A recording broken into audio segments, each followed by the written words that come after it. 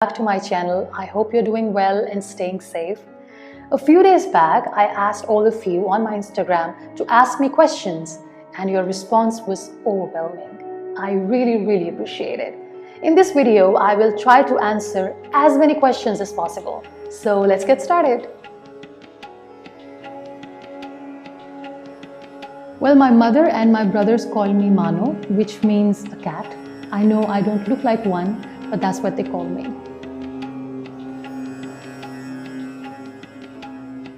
This question was a bit confusing. I was thinking that maybe you guys are trying to ask me that do I have a foundation like MUNIBA Mazari foundation, which I don't have as of now, but later I realized that probably it is related to the makeup.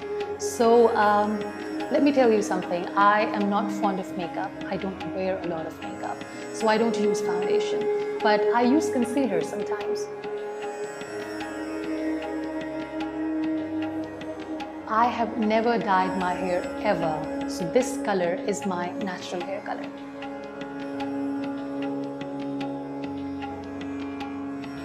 Many times, and in fact quite recently, I politely refused. I'm not going to question the people who make those products or people who buy it. That's none of my business. What I just don't understand is like, why do they have to use the word empowerment to sell such products? You don't empower girls and women by telling them that they are not good enough. So all the amazing women out there, those who are watching, let me say one thing. You are not just a face or a body. You're a free soul, you're a free mind. Know your power, acknowledge your strength. These false beauty standards don't define you. You define you. And you are beautiful just the way you are. Well, there is this one movie which is very close to my heart. I think everybody should watch it because it teaches you a lot about life. And that movie is Pursuit of Happiness.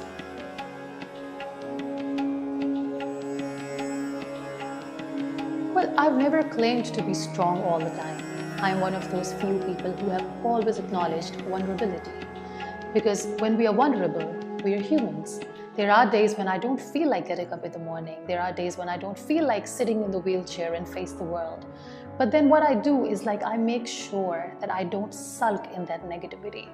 You see, we're humans, and there are days when we fall, when we break, when we fail. And then there are days when we rise, when we heal ourselves, and then we try again and again and again, and we try not to give up. And all this journey, all that process of falling and getting back up defines our journey and defines who we are.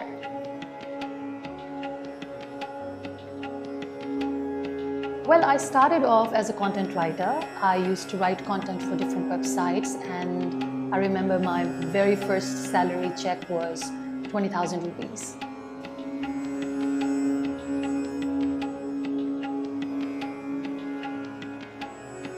It's really hard to pick one because I love what I do. When it comes to art, I always say that it's the silent medium, yet it's the loudest.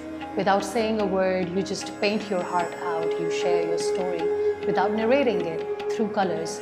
So art is not my profession, it's my passion. And then coming back to what I do publicly is the public speaking. I am so humbled and so honored that I get the chance to share my story globally on public platforms, and I'm blessed because when I speak, people listen. Again, it is very close to my heart, and I also know that sharing my story with the world is the true calling in life.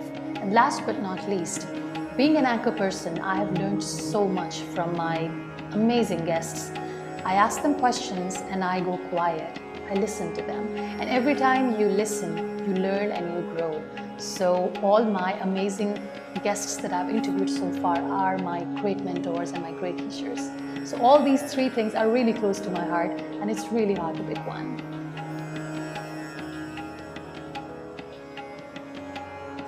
Well, I think it's not about dealing with the negative comments. It's about dealing with negativity in general. And the best way to deal with negativity is to avoid it or ignore it. I know it's not easy sometimes. I know it hurts you.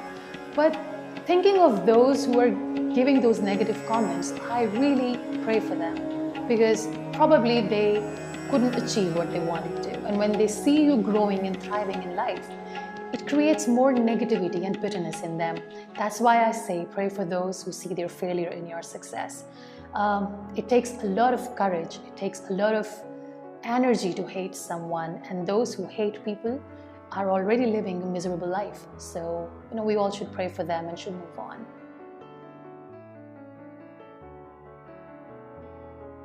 I cry a lot. When I'm happy, I cry. When I'm sad, I cry. When I get angry or agitated, I cry. I think crying just makes you human, and it's okay to cry. Tears are beautiful. It's okay to acknowledge that, you're feeling weak at times.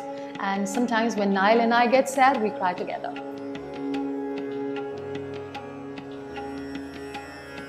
That's a tough question. Betrayal itself is very painful. And when people hide their betrayal, that hurts even more. But if you have experienced betrayal in life, we all have. All I would like to say is that look at yourself in the mirror and tell yourself that you certainly deserve better. So just straighten your crown and move on.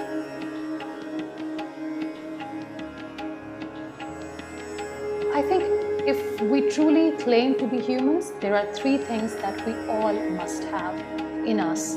Those qualities are kindness, generosity, and honesty. If you have these 3 things, these qualities make you a good human being. And these are the qualities that I really, really admire in people.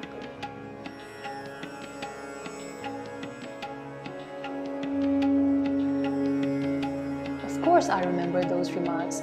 Those remarks have left scars on my soul, and it's really hard to heal them. So those remarks had 2 different extremes. The first extreme was I heard people saying, oh, she's too pretty to be in the wheelchair. And the other extreme was, oh, she must have done something wrong, and that's her punishment. That's why she ended up in the wheelchair for the rest of her life. And those were really painful remarks. Even now when people ask me that when we look at someone who is differently abled, what should we say? How are we supposed to talk to them? And I always tell them, why is it important to say something all the time? Can we just don't stare at them? Can we just look at them and smile and move on? I think that's the best way to do it. Let's practice silence more. Because when we speak, we probably don't think. And I have made peace with the fact that most of the people don't think before they speak. So yes, those remarks were hurtful. They still are.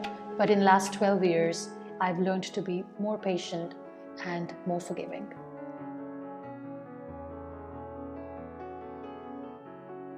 It's a huge responsibility. Titles like she's inspirational or she's the Iron Lady, sometimes these titles weigh you down. I always say that just because whatever I'm left with, if I'm managing to carry it with grace, does not mean it's not heavy. It is heavy. Life happens every day.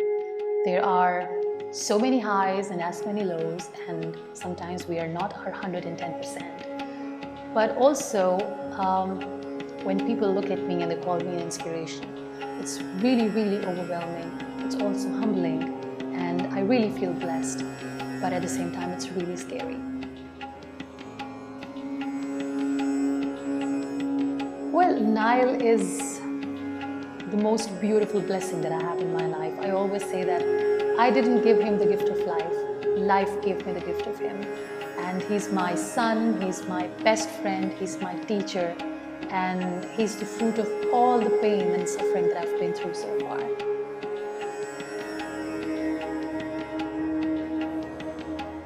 Absolutely nothing. I mean, whatever I've been through, whatever I've experienced, all the mistakes that I've made, all the adventures that I've experienced in my life have shaped me into this person that I am today. And I'm so blessed, and I feel really, really honored to have lived that life full of trials, turmoils, pain, betrayals, success, failure, and it has shaped me probably into the best version of me. So it's a blessing, and I wouldn't want to change even a single thing about my life.